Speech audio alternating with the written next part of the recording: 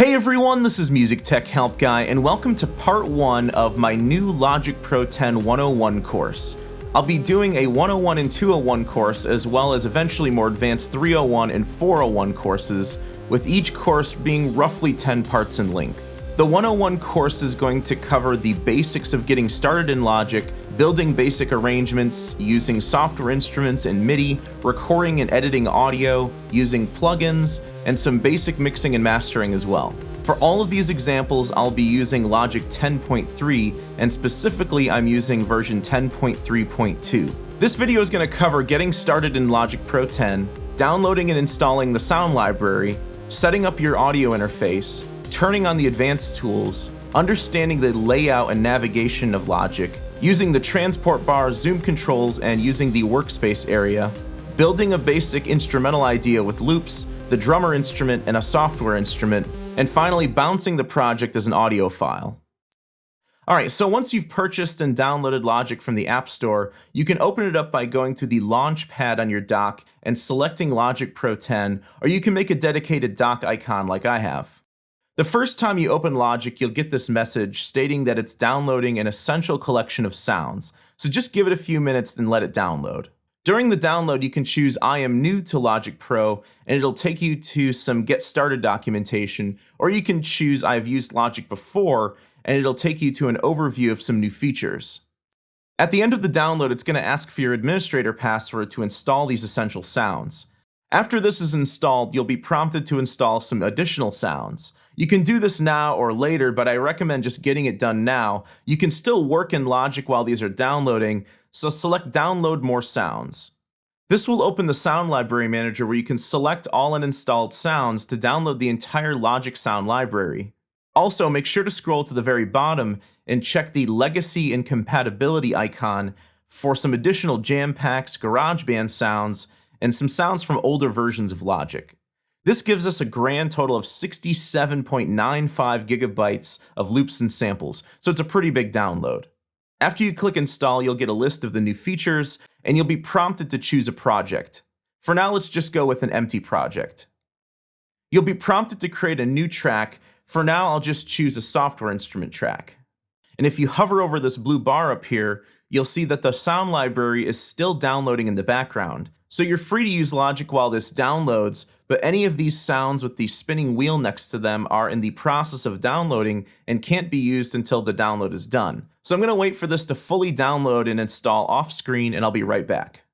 Alright, so now that the sound library is installed, you can go up to Logic Pro 10, Sound Library, and go down to Open Sound Library Manager, and you can verify that all of the sound library has been completely installed. Next, let's check to see that all of our loops have installed properly. You can do this by clicking here to open up the loop library. You can also press O on the keyboard to open and close the loop library. If it's the first time you've opened the loop library, Logic may have to index the entire loop library. So this may take a minute, just wait a bit, and eventually all of the loops that we just downloaded will show up in the library. Alright, so I'll close the loop library for now, and the next thing I want to do is turn on all of the advanced tools. You can do this by going up to Logic Pro 10, Preferences, Advanced Tools. Now, if you see that any of these additional options or advanced tools are turned off, you don't want this, because when you have your advanced tools turned off, Logic more or less turns into a glorified version of GarageBand, and we don't want that. We want all of our tools turned on. So I'm going to turn on my advanced tools, or show my advanced tools, and then enable all of the additional options so that we have all of our tools available. Now there's one last thing we need to do before we can start making music, and that's set up our audio interface. An audio interface is a tabletop or rack-mounted hardware unit that allows you to input signal from a microphone or a DI input, like for guitar or bass, and also allows you to output the signal from Logic to a pair of speakers. You don't have to have one in order to work in Logic, but you do need one to record audio into Logic. In this video, we're not going to be recording any audio yet. We're just going to be using the sounds that are already in Logic to create a short musical example. But if you ever want to record anything that's DI, like guitar, bass, or keyboard, or you want to record with vocals or instruments with a microphone, you're going to have to get an audio interface. Okay, to set up our audio interface, we're going to go to Logic Pro 10, Preferences again, and we're going to go to Audio. From here, we're going to make sure that we're on the Devices tab.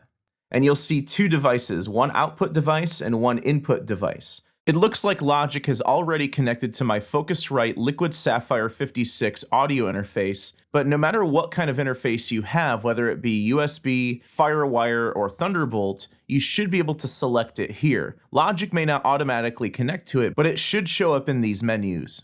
And if you still don't see it in the list, what you can do is make sure that you've installed the proper drivers for your device first. So make sure that Logic is quit, install the drivers, then reopen Logic and it should show up. Now, if you're not using an audio interface, like you're just monitoring audio on headphones, you might see an option for headphones here as well. So if you're going to use headphones and you're not going to be recording any audio, you're going to choose headphones or built-in speakers as your output device, and you're going to set your input device to none. But since I'm using an audio interface to input and output signal via my Sapphire interface, I'm going to choose Sapphire for both of these. Now, one last thing here is the I/O buffer size. For now, just keep this on a lower setting like 32 or 64. I'll explain in more detail in a later video what these numbers actually mean and how they affect your session, but in short, if you use a higher buffer size, you'll have more additional latency on your signal, and since we're going to be doing some basic MIDI recording in this video and some audio recording in the next video, we don't want that right now. After you've done all that, you can click Apply Changes if there are any, and go back to the main window. Alright, so it takes a little bit of time to get going, but now we're finally ready to start making music. And no, you won't have to go through this entire process every single time. All of the changes we made in the preferences are global, so they'll stay the same when we open other Logic projects later. Alright, so first let me familiarize you with Logic's layout and how to navigate the main window. Let's drop in a loop from the loop library so we have something to listen to as I go through all these different examples. When it comes to Apple loops, there's three main types. The green ones are MIDI loops, the blue loops are audio loops, and the yellow loops are drummer loops, which the drummer loops are actually a new thing. They didn't used to have those before the drummer plugin. You can sort your loops by their specific loop pack up here, but you can also sort your loops by a specific instrument, genre, or mood. So I want to start with a bass instrument. So I'm going to click Instrument, and then I'm going to click Synth Bass. And it'll give me a list of loops that fit that instrument type. You can click on any loop to audition what it sounds like.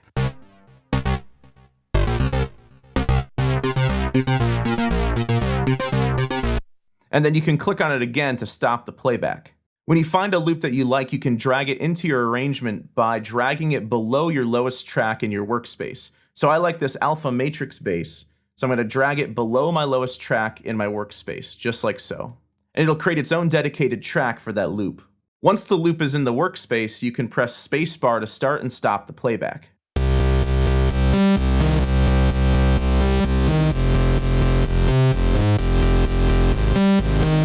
Alright, let's talk about our playback controls. They're all up here in the transport bar. So from left to right, you have rewind, forward, stop, play, record, and cycle mode. And when your playhead is somewhere other than the beginning of the session, the stop button becomes a go to beginning button. So the cool thing about these is that you almost never have to actually click on them with your mouse because there's very easy shortcuts for these that you can use instead. So like I said before, play and stop is spacebar. Go to beginning is return. Forward and rewind are the greater than and less than keys on the keyboard. These are also the same keys as period and comma. You can also hold shift while using these to jump forward or backward by 8 measures at a time. So this is really cool if you want to jump ahead or jump back to a specific measure. To record, you hit R on the keyboard. I'm not going to do that yet because we're not quite ready to record yet, but we'll get there in just a moment.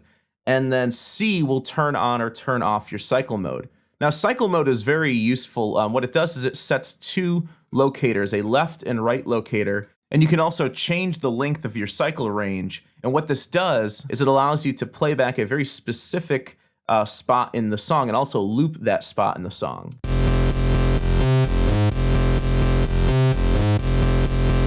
Another trick with the cycle mode is you can click on a clip and press Command U to set the locators to that clip.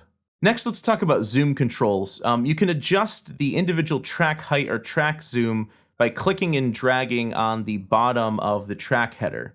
There's also 2 sliders over here for vertical and horizontal zoom. And you can also auto zoom vertical and auto zoom horizontal. One of my favorite zoom shortcuts is clicking on the background to deselect everything and then pressing Z. And what this does is it auto zooms everything in your workspace to fill the workspace window. There's other zoom shortcuts as well. If you hold Command and press left and right, you can zoom in and zoom out horizontally. And if you hold Command and press up and down on the arrow keys, you can zoom in or out vertically. You can also adjust all the track headers to be the same size by holding Shift and clicking on the bottom of the track header. And you can delete a track by clicking on its track header and pressing delete on your keyboard. Alright, so let's play around with our loop in the workspace view here.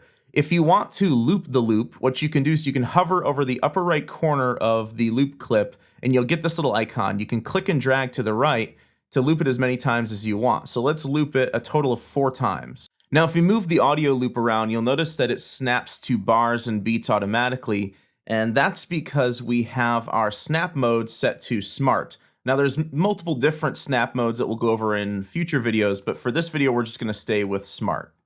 On the track itself, you'll see a mute button, a solo button, a volume control, and a pan control. The pan controls whether the signal is going over to the left speaker or more towards the right speaker or more center. Note that when you select a track and adjust its volume or pan, it also gets changed down here too. This whole area here is called the inspector, and you can hide and show it by pressing I on your keyboard or by clicking this button up here. The inspector shows a channel strip version of the track that you have selected, as well as the stereo output, which is essentially like a master fader that everything in your session is going to. For now, we're going to leave this alone. And when it comes to faders and knobs in Logic, you can reset them to their original value by holding Option and clicking on them. There's also a Record Enable button and Input Monitoring button on the track and channel strip too, but we'll come back to those in a bit. Another option that might be on is the Quick Help button. The Quick Help basically is a nice feature to have on if you're new to Logic and you're not sure what something is. If you hover over something, the Quick Help will pop up and explain what it is. I'm going to turn this off though. Alright, let's add a drum beat to our song. We're going to create a new track to do this. So you can press the plus button here to create a new track, or you can use the key command Option Command N. This will pull up that new tracks dialog that we saw at the beginning. Let's choose a drummer track, and we're going to choose the electronic genre. This will start us off with a pre-made drummer region. The drummer plugin instrument is something that's new to Logic 10 and allows you to choose various different drummers with different styles and grooves. You can also adjust the loudness and complexity with the XY pad down here.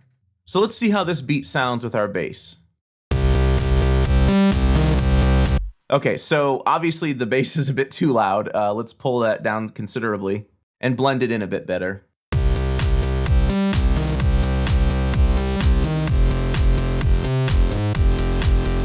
Okay, so at measure 9, the drum beat ends, so what we can do is hover over the right side of the drummer region and click this plus button, and it'll add an additional drummer region. I'll click on the drummer region and select a different drum beat from the beat presets down here. Now I'm going to use the XY pad to simplify the drum beat a bit. Let's give this a listen with both drum beats back to back.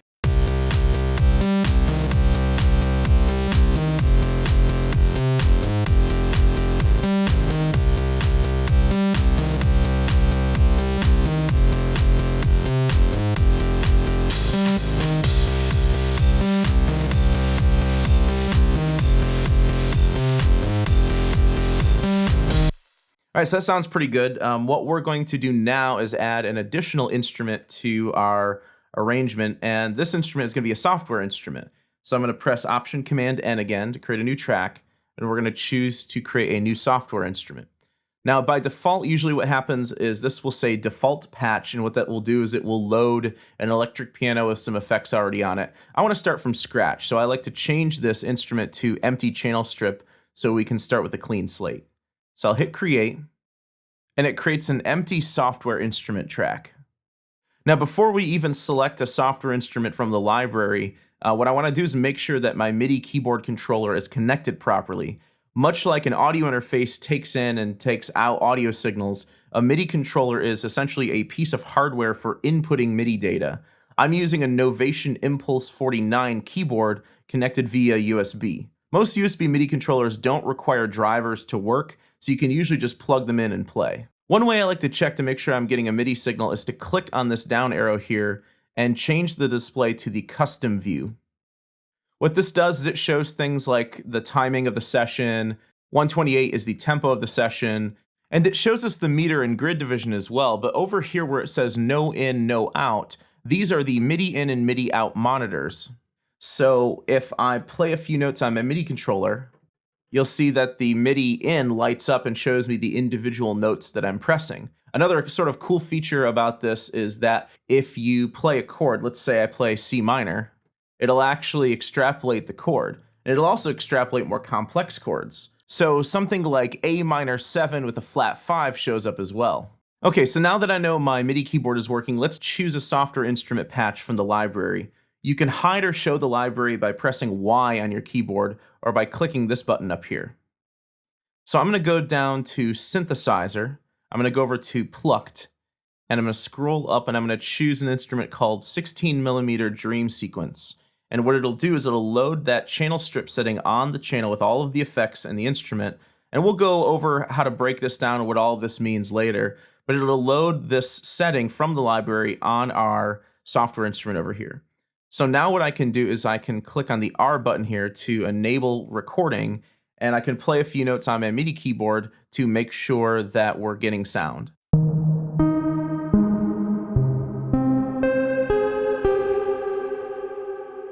So I have an idea in mind that I want to add, but before we record this, this is just a tip or really a personal preference of mine.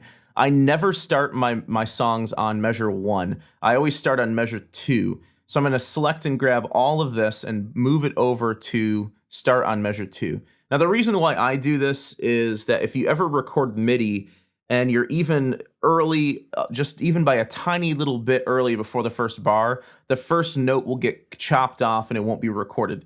This way it gives you one measure of buffer before you start playing. So now if I hit R to start recording, you'll see that you get 1 bar of count in plus 1 additional measure of buffer before we play any notes. You can toggle on or off the count in by clicking on the 1, 2, 3, 4 button up here or pressing Shift K. And you can also turn on or off the metronome by pressing K. But by default, the metronome is always turned on while recording and turned off while playing. So let's go back to the beginning, and I'm going to hit R to record, and I'm going to play in my musical idea for my synthesizer.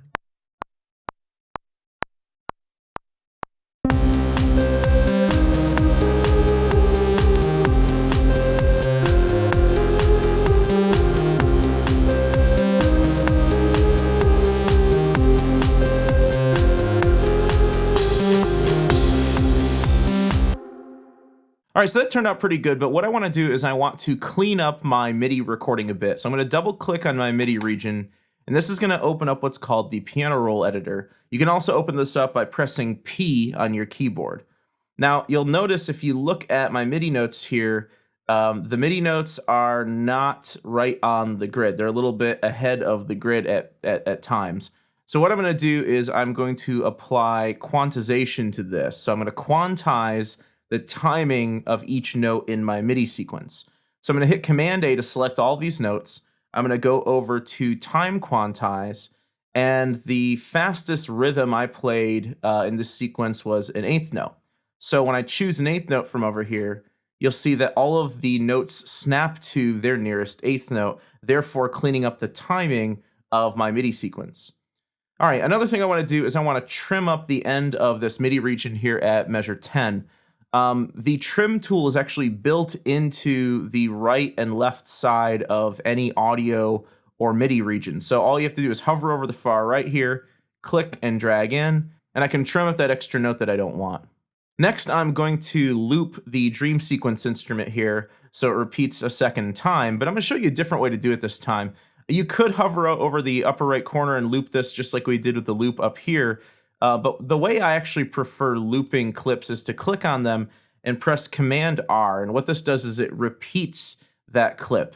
Now, the advantage to repeating over looping is that you can change the original and edit the original, and the second will still remain the same as it was before. If I were to edit the original, all of the subsequent loops are going to change. So one thing I actually like to do after looping is I like to drag over the loops, and you can press Control L, and what this does is it converts loops to real copies. All right, another thing you can do with that Command R function is you can drag over an entire section of song and press Command R, and it'll repeat that entire section. So that's a good way to build up the structure of your song and repeat sections of your song. All right, so our basic instrumental example is finished. All we need to do now is save our session and then export or bounce the recording out as an individual audio file. So if you're saving your project for the first time, you're going to go up to File, Save As, and then find the location where you want to save it to. So I'm going to save it on my desktop. There's two ways you can organize your Logic projects. As a package, which is an all-in-one file with all of the files in it, or a folder, which is what I prefer. With a folder, it actually creates a folder with a separate Logic project inside with separate subfolders with all of the various files inside. I like using the folder because I can go in and I can grab one individual audio file out of the folder if I want to. It's a little more difficult to do with a package. When it comes to copying files into your project, my basic rule is that if you're going to move this project over to another computer, make sure to check all of these. If you're not, if it's just going to stay on your computer and it's not going to go anywhere else, you know that your data, your sample files aren't going anywhere. So really all you need to include are the audio files. You really don't even need to include the Alchemy audio data, but you can choose to do that and it'll just basically move all of the samples and loops that you used in your session over into your session folder, makes a copy of them. So I'm not going to do that because I'm just going to keep this project just on this computer. So I'm going to go ahead and hit save. It's going to tell me that this already exists because I already saved once before. And for all subsequent saves, you can just hit Command S to save. All right, next we need to export our entire project out as a single audio file so that we can listen to it. This is called bouncing. So you go up to File, Bounce, and go down to Project or Section. And you can also press Command B for this. Now, the trick I like to use for just bouncing just the section that you want to bounce is drag over everything in the session that you want to bounce, hit Command U to set your locators. What I like to do is on the front end of the bounce, I like to just create a little bit of extra space before the audio is going to start. And at the end, you may actually want to add multiple measures of buffer at the end because some instruments, like our Dream Sequence instrument down here, have a lot of extra reverb on them.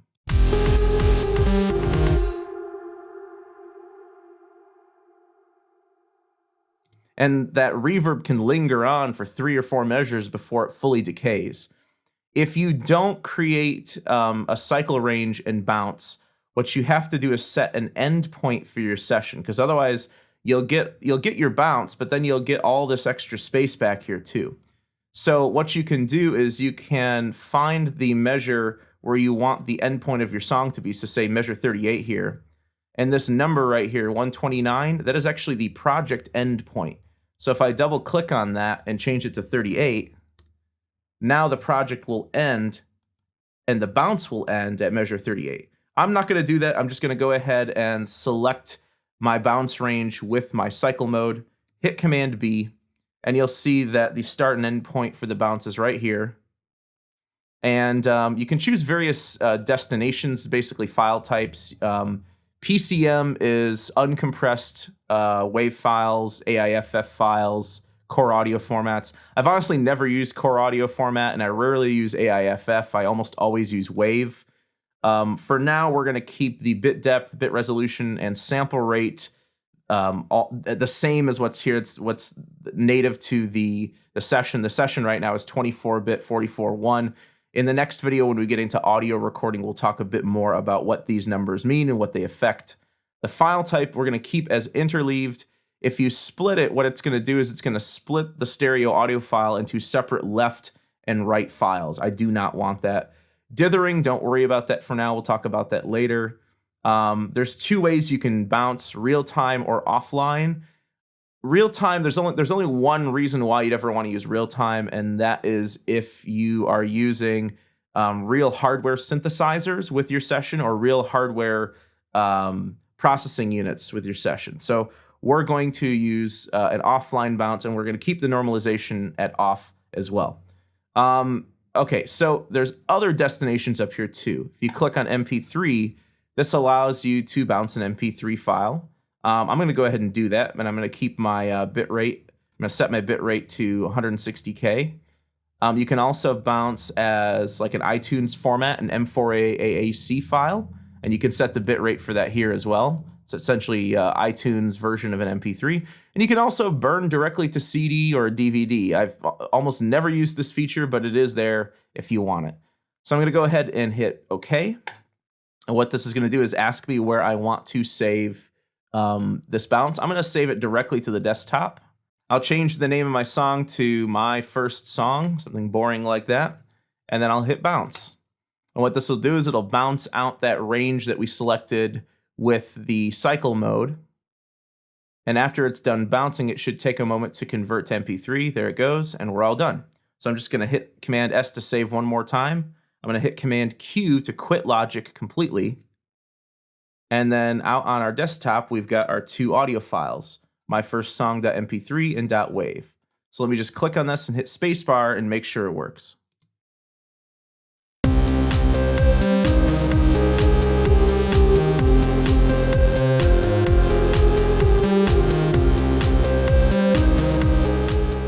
All right, so that's the end of part 1. In part 2, we'll move on to recording audio, recording vocals, and we'll do some basic audio editing as well.